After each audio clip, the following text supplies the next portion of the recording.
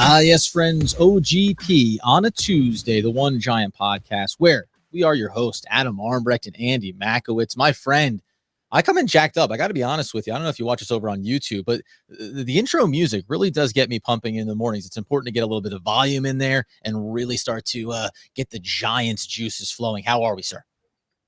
I'm good. You're giving people a little bit of a behind the scenes look.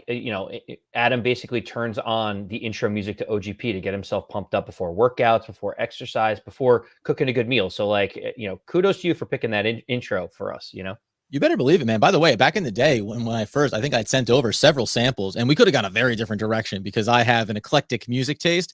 Turns out, though, you kind of want to stay in a certain lane when you're coming to a sports podcast. It was a good thing that you happened to be on board to maybe redirect the ship in a slightly more up-tempo kind of energy. Yeah, Adam, when you said the word flautist to me, I said maybe we need to go in a little bit of a different direction with that, considering it's football. But hey, I mean, that could have worked out pretty good as well. Good music is good music in my book, but nevertheless, we come in on a Tuesday too. Of course, first and foremost, update the coaching carousel, talk about best combinations of coaching staff for the New York Football Giants and the impact potentially at the QB position. Let's kick it off with the head coaching interviews that have been completed. We know still on deck right today is the second interview for one Brian Daboll, considered to be a leader in the clubhouse, but just finished was Dan Quinn. He has his interview complete, and out of the first round of candidates, he was the only one that actually came right into the facility to meet in person. What do you take away from where it stands right now? Because the sentiment from Giants fans is they may lemming themselves off a cliff if Dan Quinn is hired as the head coach. Do you find it interesting? Because I said I may not prefer Dan Quinn for reasons that I have, and I acknowledge that they may not be all totally justified, but it's funny that we start to get a sense of, well, if it's this guy, then it all works. If it's someone else, then there's no way, which seems to immediately discredit the value we've been placing on Joe Shane. Yeah, well, that's the funny part. I saw someone tweet out last night. Steve Tisch and John Mara are confident in Joe Shane's ability to hire the right head coach. Well, I can hope so. And I saw that and I was like, imagine they weren't. Like, imagine the other side of things where they have grave concern about the coaches that are coming in right now. You'd be like, what just happened in the last week, right? So the first thing that I'll say is, when Brian Flores became available and was let go by the Dolphins, I immediately was like, man, this would be a slam dunk. And when you hear Dan Quinn's name, you kind of like, oh man, he flamed out in Atlanta. But if you're okay with Brian Flores, you pretty much have to be okay with Dan Quinn, considering Dan Quinn has been a head coach and brought his team to the Super Bowl. The more I've thought about Brian Flores, compared to Dan Quinn's defense really stunk it up, and Dan Quinn did have Kyle Shanahan and others on his staff running the offense with Matt Ryan and basically making him an MVP. But you think about Brian Flores, he basically yelled at his quarterback Tua, told him that he wishes he drafted someone else. He benched him for Ryan Fitzpatrick back and forth. He's been in and out of the lineup. He clashed with multiple defensive and offensive coordinators. He went and said the GM needs to be fired. He's got a bunch of issues with his resume too. So if you're okay with Brian Flores being interviewed, you certainly have to be okay with Dan Quinn, right? I think so, yeah. And we talked about Flores before, and just because it's recent, you're looking at it and saying, oh, he had success certainly in Miami, but there's also a track record, as you say, butting heads at different levels. And it doesn't have to be that you love your quarterback or not. But as we've often said, keeping things in-house, that's important, right? Keeping those kind of discussions or arguments behind closed doors is important. And it did seem like there was obviously something that went on there in Miami that created this tension. Doesn't mean that Flores isn't a good head coach. Doesn't mean that he can't become the Giants' next head coach. But it does make the interview process where you go, all right, just go ahead and break that down for me real quick. What exactly was going on there? And likewise, for Dan Quinn, listen, he's removed now from the Atlanta days, but you probably do. The questions that get asked in these interviews are most likely, what did you learn from the end of your time in Atlanta, right? What did you take away from this past year in Dallas? What did you like or not like? Because that's been a team that's been, certainly scrutinized for its clock management, decision-making, et cetera. You were a part of that coaching staff. However big your voice was in the room, it's certainly something that you're going to want to hear about. And again, Dan Quinn at this point is at least well-regarded enough that he got in on his first interview to the facility. We'll see how far along it goes, because this is where we get into the layers, right, Andy? There's the head coach interviews, and then there's the preparation for what could come after. And also the one footnote on Dan Quinn and Brian Flores, it's like people want to have it both ways. You can't have a guy that has head coaching experience come in and interview for you, because guess what? Every single one of those people that has head coaching experience that we're going to be interviewing got fired, right? Like at some point they got fired. So there's never going to be a perfect head coaching candidate if you want someone with previous experience. So Dan Quinn, Brian Flores, I think it's interesting to note. We talked about another defensive coordinator, our own Patrick Graham, who's interviewing as well. But they're all interviewing for the head coaching position now that Joe Schoen is in place. And now the Giants are slowly starting to get into potential coordinator positions. And one of them starts with Cowboys Joe Witt Jr. So he was on the defensive staff. He was a secondary coach for the Cowboys under Dan Quinn last year. He was also with Dan Quinn in Atlanta. He just so happened to work with Patrick Graham in 2018. He's got a lot of different connections to, potential Giants head coaches, which is good. Like the Giants are starting to now add a few layers onto this. We have our 3, 4, 5 different head coaches we're interviewing. We're now thinking if any of them get here, is Joe Witt Jr. on the short list to be a defensive coordinator? We don't want to miss out, because I know that Joe Witt already has interviews lined up with the Ravens and I think the Seahawks as well. So he's a hot commodity. People are wanting him for their defensive coordinator position. It's the same reason why we requested interviews with people like Dan Quinn before we even named Joe Schoen the general manager. Yeah, I think this is, again, you can only take him at his word. But when John Mara came out and said, we want to be thoughtful, we want to be thorough about this, I think they immediately looked at it and said, what did we do poorly the last time around? We didn't schedule things early enough and just say, hey, let's bring everybody in. There's nothing wrong with having someone in the door for GM or for a head coach or for a coordinator position. And then a few days later saying, we really liked the interview process with them. We wish them nothing but the best, right? Instead, it felt like the Giants did it the first time around, or the last time around, I should say, in this, well, here's the guy we think we want for head coach. And now that we have him, let's consider what that looks like. And it was a very clunky process that I think eliminated a lot of good opportunities to get some really good candidates in the door. We don't have to get into the whole, Jason Garrett piece, et cetera. But on that point, too, I think this is smart in the standpoint of, if we go with Daboll, we want to have certain names lined up. And if we go with Dan Quinn, we want to have certain names lined up. And when you mention Joe Witt Jr., what's nice about it is that if he played or worked with, I should say, Patrick Graham, it seems like there's this sense of, we like the direction the defense was going, right? We like the system that we have in place here. Whether or not it remains Patrick Graham or someone else, we would like to have the opportunity to look on that side of the ball, know that we have talented players at all levels, and be able to feel like we can keep some of them around because they'll still function inside of this team, no matter who comes in at head coach and then at the coordinator position as well. Well, the other important thing to note is, while Patrick Graham has said that being the Giants' defensive coordinator is his dream job, he's happy. He doesn't know if he necessarily wants to leave. He's gotten other interviews to request him for the defensive coordinator, like with the Pittsburgh Steelers. There's 3 options that could be on the table for Patrick Graham. One is he gets named the head coach. 2 is that he goes somewhere else. Or 3 is he's the defensive coordinator of the Giants next year, right? Like that's all up in the air. And a guy like Joe Witt Jr., who is getting defensive coordinator position interviews, think of this also. If Dan Quinn leaves the Cowboys, does Joe Witt still have a job as the secondary coach for Dallas if a new defensive coordinator comes in? So he's got to be doing his own due diligence and checks and balances, because there's so many different moving parts right now. Everyone needs to be protected, whether it's Patrick Graham, whether it's Joe Witt, or it's even the Giants as an organization, to be ready for any of these different scenarios that could come out.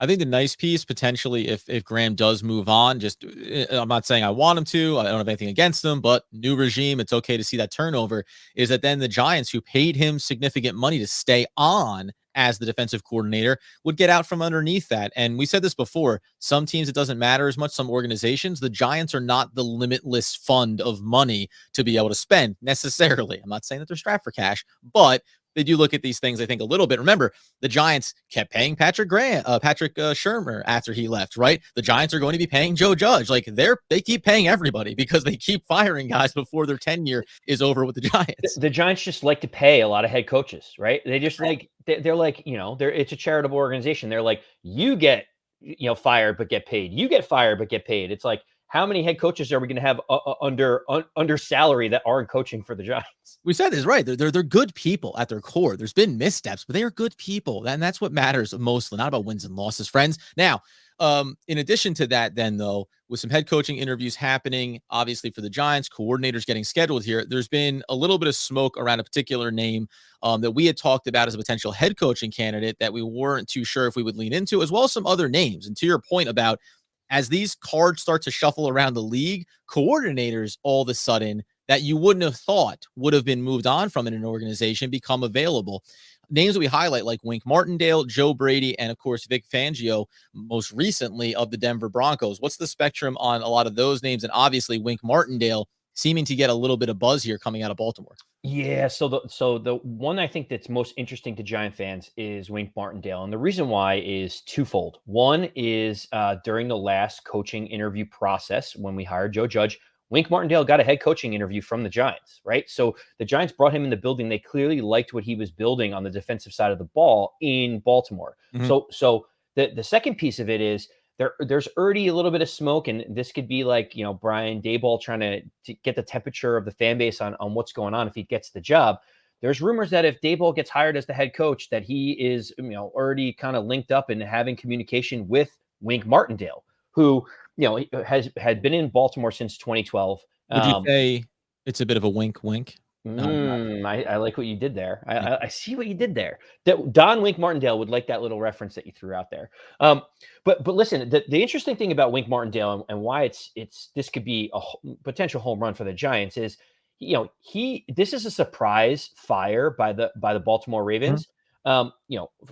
If you go by the metric, which is DVOA, which is defense adjusted value on average, and that means basically, how did the defense perform adjusted for the level of the competition that they were playing against? Sure. From 2018 to 2020, Wink Martindale's Baltimore Ravens defense was number one. They were fourth, fifth, and eighth over that span. No one else averaged out better than they did. Doesn't hurt. This past season, they dropped up to 28th or 29th.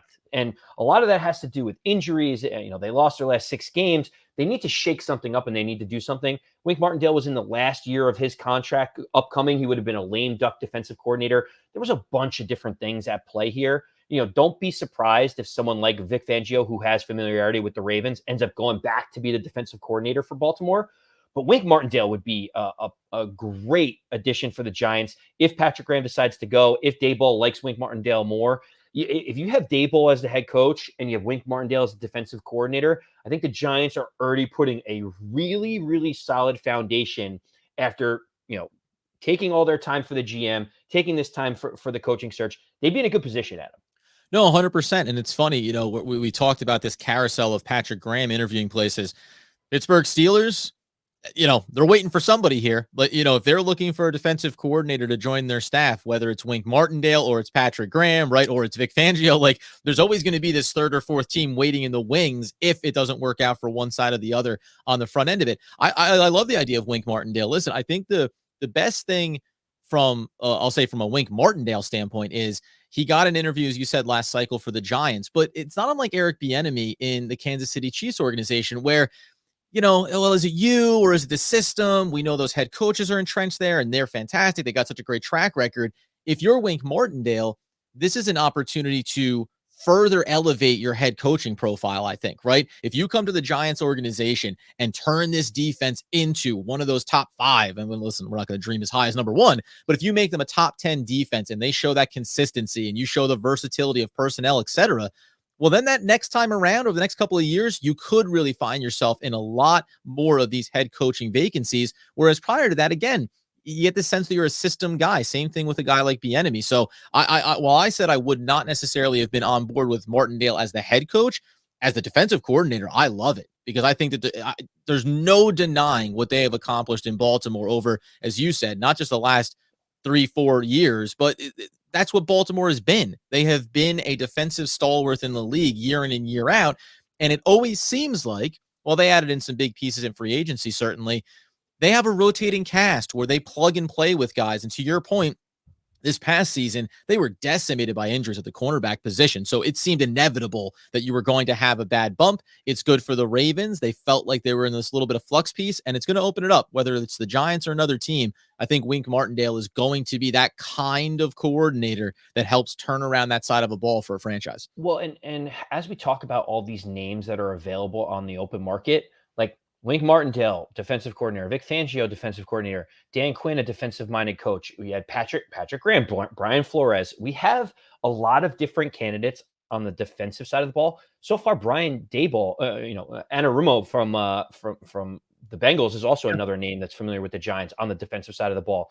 Brian Daboll is the only offensive coach we've interviewed for the head coaching position, which I think is fascinating to me because look at what Joe Shane and Brandon Beane have in Buffalo before he took the job here. Sean McDermott is a defensive-minded coach, and Leslie Frazier is one of the best defensive coaches in the league, and Brian Daboll is a great offensive mind.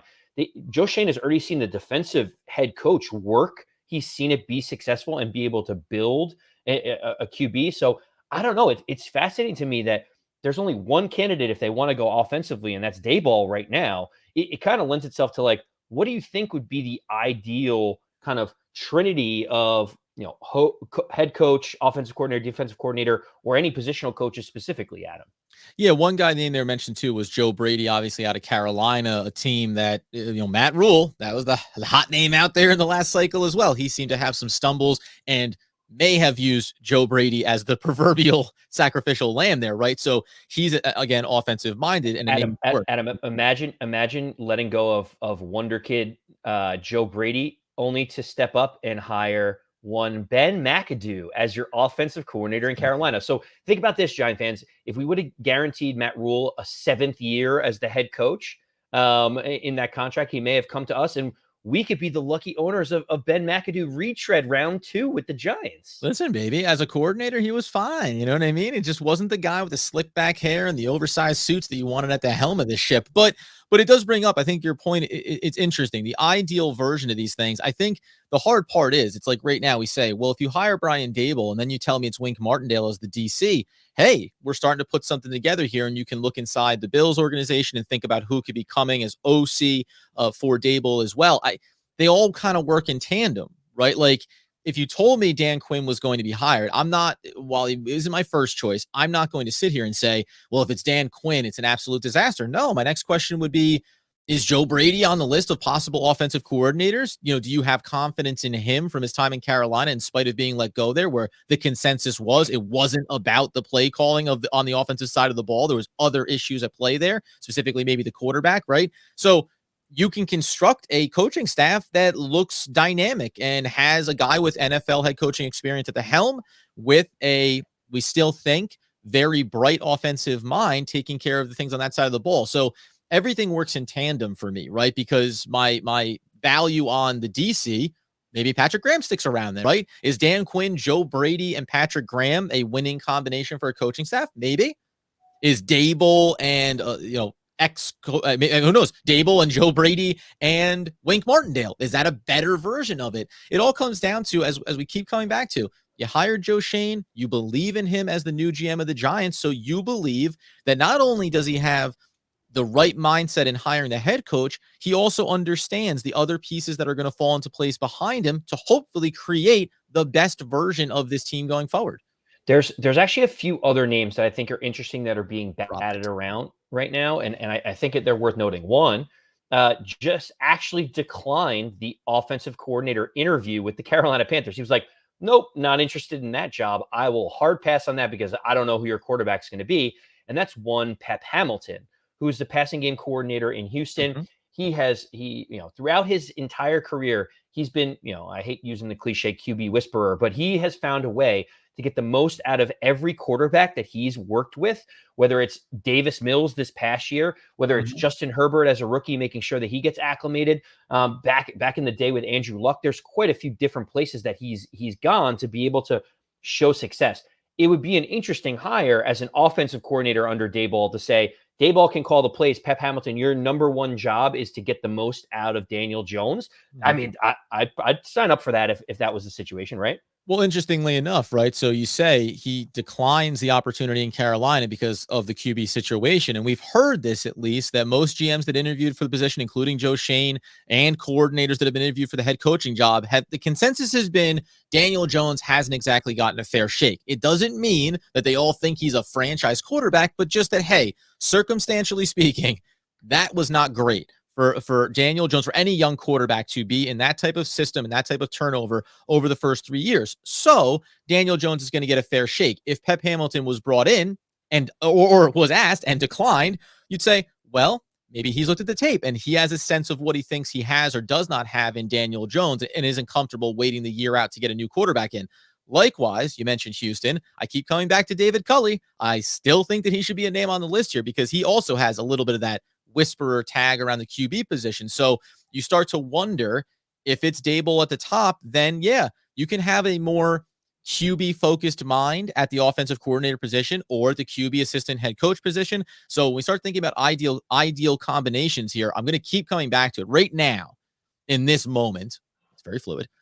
I think that idea of Daboll, Wink Martindale, that makes a lot of sense to me. I'll keep saying that Culley should have a position on this staff. I'm sure there's other names in that vein that would fit that mold too, and maybe Pep Hamilton is one of them. I think it now becomes: is there a young creative mind at the OC position that the Giants would like to bring in that helps to elevate what Daboll is bringing on that side of the ball? Well, that's a really good question. And I think it goes more towards what's the ideal fit for Daniel Jones. I think, Adam, That's like the bottom line here.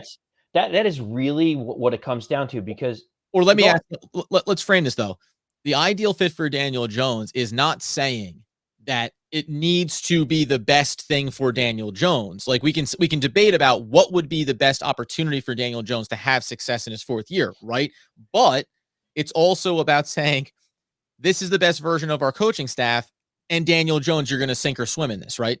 Yeah, yeah. Well, that's a little bit. It's a very it's a question that has layers, right? Yeah. It's not just Onion. let's hire the coaches specifically to coach Daniel Jones. It's let's hire the best coaches to win football games, and hopefully they can coax the most out of the current quarterback on the roster, which happens to be Daniel Jones. There's a few names. We talked about Pep Hamilton. You talked about David Culley. Another name that I've heard is Mike Kafka, who's the quarterbacks coach for the Kansas City Chiefs. Mhm. Doesn't hurt when you go Alex Smith to Patrick Mahomes and you have some success there in a great organization under Andy Reid. But what I will say is, it sounds very cliche, but the name that comes up is the quarterback coach Ken Dorsey of the Buffalo Bills, Yeah. and there's two reasons why. The first one is Josh Allen just came out right after the game and they talked about what Ken Dorsey's done. He's like, he's awesome. He's amazing. I love working with him. Like, you can tell that there's genuine respect, and Josh Allen really likes working with Ken Dorsey. So if you're going to sign off on the Brian Daboll, the Ken Dorsey thing, they already have it figured out on how to at least work to get the most out of their quarterback. And that's not to say that, and we could stop this right here. That's not to say that Brian Daboll and Ken Dorsey are going to turn Daniel Jones into Josh Allen. Like, that whole thing is absolutely ludicrous. But what we can say is we're giving Daniel Jones the best opportunity to be the best version of whatever he can be, right? Yeah, if you're going to assess what Daniel Jones is, these are guys that have experience developing a quarterback. Remember, Josh Allen came into the league and everyone said his kid can't complete more than 50% of his passes. It's going to be very difficult to have success with him. Cut two, they've elevated the percentages, they've utilized his legs, and they figured out how to create a system around him. So no, this is not, just hire Daboll and he'll go ahead and turn him into Josh Allen. No, but I would, if you come out of this season and they go, we're moving on from Daniel Jones, you'd have all the confidence in the world that it's because he's not going to be capable of developing the way that they want him to inside of their system. And I think the other wrinkle that you can add to this, if that happens, is you can start to look now. We're not getting into it, but you start to look at the draft and say there's some mid-round guys.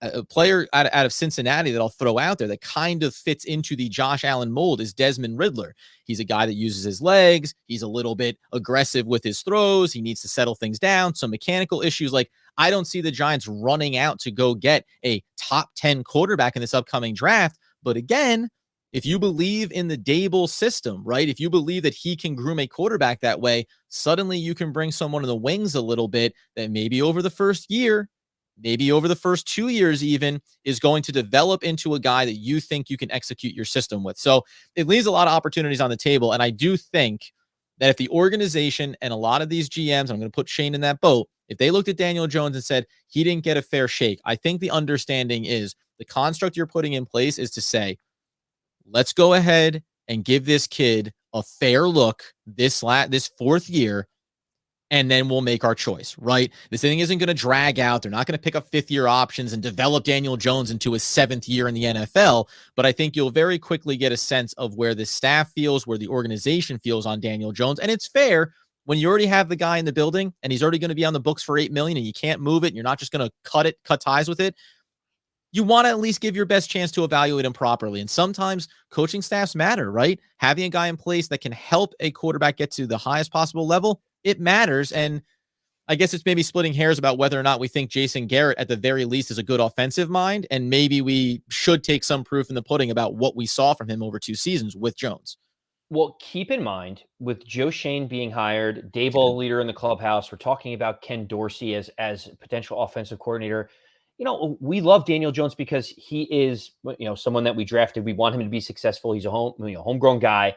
But, the Buffalo Bills the Buffalo Bills have a backup quarterback in Mitch Trubisky that Joe Shane helped sign there to back up as a capable quarterback to back up Josh Allen in case he got hurt. There's a scenario where, Daboll comes in, Joe Shane decides, hey, let's give $5 million as a backup to Mitch Trubisky and actually have legitimate competition with Daniel Jones to see who can win that job. And they're kind of in the same mold where they're both a little bit athletic, can get out into space and do these different things. It would actually be really good for both Daniel Jones and the Giants if we have some bona fide competition. And keep in mind, Adam, Mitch Trubisky, only 27 years old and made the playoffs back-to-back years with the Chicago Bears. So, as much as he was maligned there, he's still a quality quarterback in the league. Oh, of course. And again, we'll get into this as the offseason progresses, but if you told me that the Giants wanted to bring in Mitch Trubisky to be the bridge quarterback to a Desmond Ridder or any other name coming out of the draft, that's the kind of combination that lines up in the right direction. And you can still have Daniel Jones in that mix in the short term and see how it fleshes out. But this is what good organizations do. You prepare for success and also in the background, make sure you have a contingency plan if option A does not work out for you. And that's what we anticipate with the New York Football Giants. Wait, are you saying that the Giants didn't have a contingency plan for Daniel Jones this year? Is that what you're saying? You didn't think that Mike Lennon and then 27 practice squad quarterbacks was a solid plan? Andy, I don't think the Giants had a contingency plan for anything over the last 5 or 6 years. I think their plan was kind of gunslinger, shoot from the hip and watch it all stick to the wall. Hopefully it kind of Picasso's its way, Jackson Pollock's itself to success. And you see the result of that, right? No, it has been a disaster. And as Dave Gettleman says, well, we clearly like our players more than you do, right? So, and now guess what? He's no longer here, and most of those players are no longer going to be here either. Exactly. And that's why at the end of the day, we'll see how the week progresses. It looks like they said maybe by the end of the week, you'll have the head coach in place. We'd like to, obviously, again, there's still a handful of head coaching interviews to happen. We know that Daboll's coming in today for his second interview. And in theory, remember, even with Joe Shane, he was the first one in for the second interview. You still had Adam Peters come in, right? You still had Ryan Poles come in. So the Giants, the due diligence of it is setting the standard and then allowing other people to come in and try to top that. It looks like Daboll's the leader in the clubhouse, and we can start to draw some of these connections. But one thing we can say for sure, friends, as you're working through this process and trying to establish a quality organizational structure going forward, you can't make decisions based on fear and the possibility of what might happen. That's Michelle Obama. Think about that, though. Yeah, think about that there, Andy. Wow. Yeah. That was deep. Yeah, take it to the bank. Yeah, use it throughout your day. Could be a mantra for you. I love it. The bottom line is follow us on YouTube. The numbers are really growing over there. We're putting out the content for you. We really appreciate the support. Get in on the comments. We want to interact with you guys. Obviously, follow the podcast wherever you get those needs fulfilled. And as Andy Makowitz wants, needs, and demands the people know. As always, let's go Big Blue.